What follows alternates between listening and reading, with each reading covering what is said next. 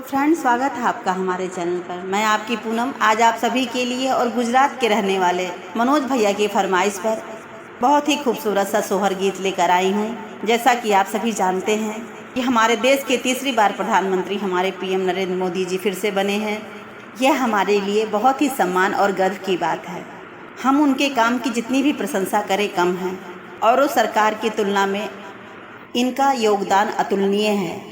इन्होंने भारत देश की गरीब जनता के लिए और हर क्षेत्र में विकास का परचम लहराया है। तो धन्य है उस माँ की कोख जिन्होंने इतने संस्कारी, इतने अच्छे लाल को जन्म दिया। हमारी भारत देश की पूरी जनता हीरा बेन को सादर नमन करती है और हमेशा याद करेगी। हमारी जनता बहुत सारे थोड़े मोड़े त्रुटि इनके गिनवा रही है, लेकिन हमें पूरा भरोसा है कि जो गलतियाँ इनसे 14 और 19 में हुई हैं हमारे प्रधानमंत्री जी से, उन गलतियों की पूरी भरपाई 2024 में करेंगे। हम इंसान हैं, सबसे गलती होती है, अपनी गलतियों से हम सीखते हैं। हमारे मोदी जी ने अपनी गलतियों को, अपनी कमियों को परखा है कि हम कहाँ गलत हैं, कहाँ कमी किए हैं। उन कमियों की भरपाई 2024 में होगी और सभी का विकास होगा। तो आइए, प्रधानमंत्री तीसरी बार बनने की खुशी में नरेंद्र मोदी जी के लिए बहुत ही प्यारा सा सोहर गीत आपकी पूनम लिखी है। बिना सोहर गीत के कोई भी काम पूरा नहीं माना जाता है। सोहर गीत के बोल को पूरा सुनिएगा। कोई गलती हुई होगी तो माफ़ करिएगा। हम कलाकार हैं, फरमाइश पर गीत लिखते हैं, गाना मेरा काम है। तो आप सभी से हाथ जोड़ के प्रार्थना करती हूँ, कोई गलती हुई है तो प्लीज़ माफ़ करिएगा। अगर आपकी कोई फरमाइश है, आप अपनी पूनम अपनी बहन की आवाज़ में गीत सुनना पसंद करते हैं, अपनी फरमाइश अपनी पूनम अपनी बहन से कर सकते हैं। आपकी फरमाइश पूरी करने की पूरी कोशिश करूँगी। तो आइए सुनाती हूँ बहुत ही प्यारा सा सोहर गीत मोदी जी के लिए। हीरा बेन के गोदी के लालन हमें देशवा के साने, हमें देशवा के जाने हमें हो बहिनी तीसरी बारे बने ले जे पीएम त देशवा दीवाना भैले, देश मोरे धन्य भैले हो बहिनी मोदी जी मोरे बनले जे पीएम त देशे मोरे धन्य भैले, देशे मोरे धन्य भैले हो। सखियाँ पूरा देश उन्हें के दीवाना भैले, देशवा के साने भैले, देशवा के माने भैले हो। सखियाँ पूरा देश उन्हें के दीवाना भैले, देशवा के साने भैले, देशवा के माने भैले हो। काशी विश्वनाथ जी के बेटा हमें गंगा मैया के लाले, हमें गंगा मैया के लाले, हमें अयोध्या के जाने, हमें अयोध्या के जाने हमें हो बहिनी भगवा फिरे घरे घर लहराइल, दुअरवा उठल सोहर, दुअरवा उठल सोहर हो बहिनी भगवा फिरे घरे घर लहराइल, दुअरवा उठल सोहर, दुअरवा उठल सोहर हो। सब विद्रोही मैदान छोड़े, अपन पहचान छोड़े, अपन पहचान छोड़े हो बहिनी भागे लागे खरे गोस बेटुआता बिली में घुसरी गईले, बिली में घुसरी गईले हो बहिनी भागे लागे खरे गोस बेटुआता बिली में लुकाई गईले, बिली में लुकाई गईले हो।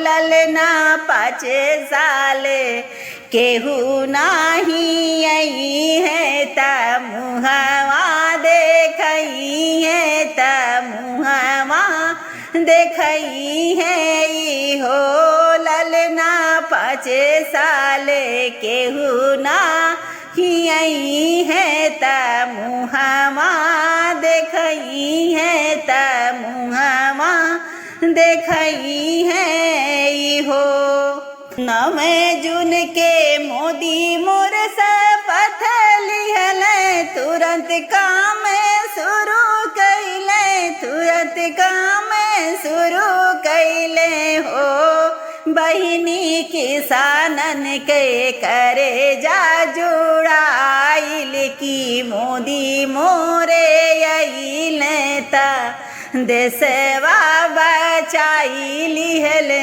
देशवा बचाई लिहले हो बहिनी किसानन के करे जा जुड़ाइल ता देशवा बचाई लिहले देशवा बचाई लिहले हो बहिनी पहली बार लिहल के सन किसानन के बहाल कैले किसानन के पैसा दिहल किसानन के पैसा दिहले हो बीतले घरी दोपहरिया त दिन दिन बीते ता दिन दिन बीतेला हो बहिनी एको पल नाही करे यार मैं माता देश के विकास सोचे देश के विकास सोचे हो बहिनी एको पल नहीं करे ले यार मैं माता मोदी मोरे विकास सोचे मोदी मोरे विकास सोचे हो नए भारत के यही पुकार हावे मोदी मोरे लाले हमें मोदी मोरे जाने हमें हो बहिनी करिए चारू तरफा विकस वाता देश से गरीबी मिटी देश से गरीबी मिटी हो बहिनी करिए चारू तरफा विकस वाता देश से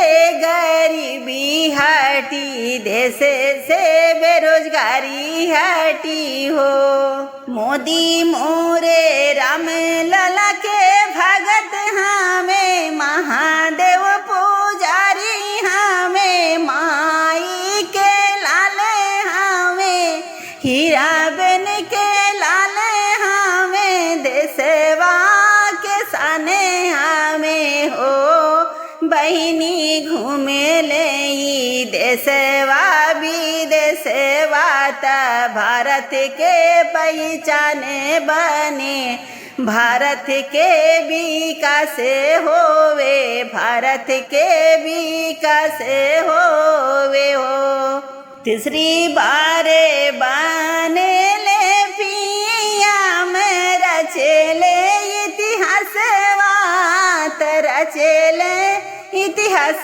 वाई हो बहिनी जंगल के सेरे मोरे मोदी दहाड़ेंगी दड़ भागे दहाड़ेंगी दड़ भागे हो बहिनी मोदी मोरे जंगल के सेर तसेरवा दहाड़ेगी दड़ सब भागेगी दड़ सब भागे हो भ्रष्टाचार के जड़ से मिटावे तक काशी के काया बदले काशी के काया बदले काशी के काया बदले हो बहिनी बनारस अयोध्या चमका में जे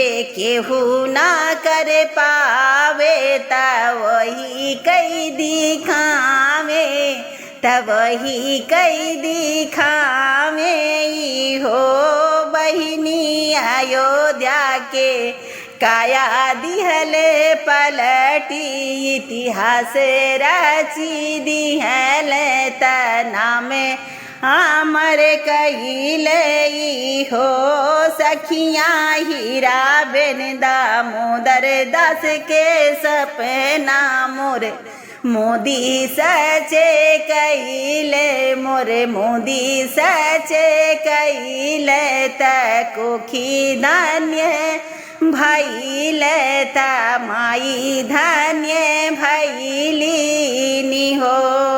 धन्य धन्य भारत देश त धन्य वो माई त धन्य हीरा बिन माई धन्य हीरा बिन माई हो सखियाँ जही गर जन में ले मोदी तकोखिया जोरे कैले कोखिया जोरे भैले हो बहिनी ओहू कोखी जन में ले मोदी त देशवा के सने भैले देशवा के जाने भैले हो। आप सभी को मेरा सोहर गीत कैसा लगा कमेंट करके ज़रूर बताइएगा। भैया की फरमाइश पर आपकी पूनम ने छोटी सी कोशिश की है। गीत कैसा लगा ज़रूर कमेंट करिएगा, गीत को पूरा ज़रूर सुनिएगा। गलती हुई होगी तो प्लीज़ माफ़ करिएगा। मिलती हूँ अगले वीडियो में, तब तक के लिए हर हर महादेव।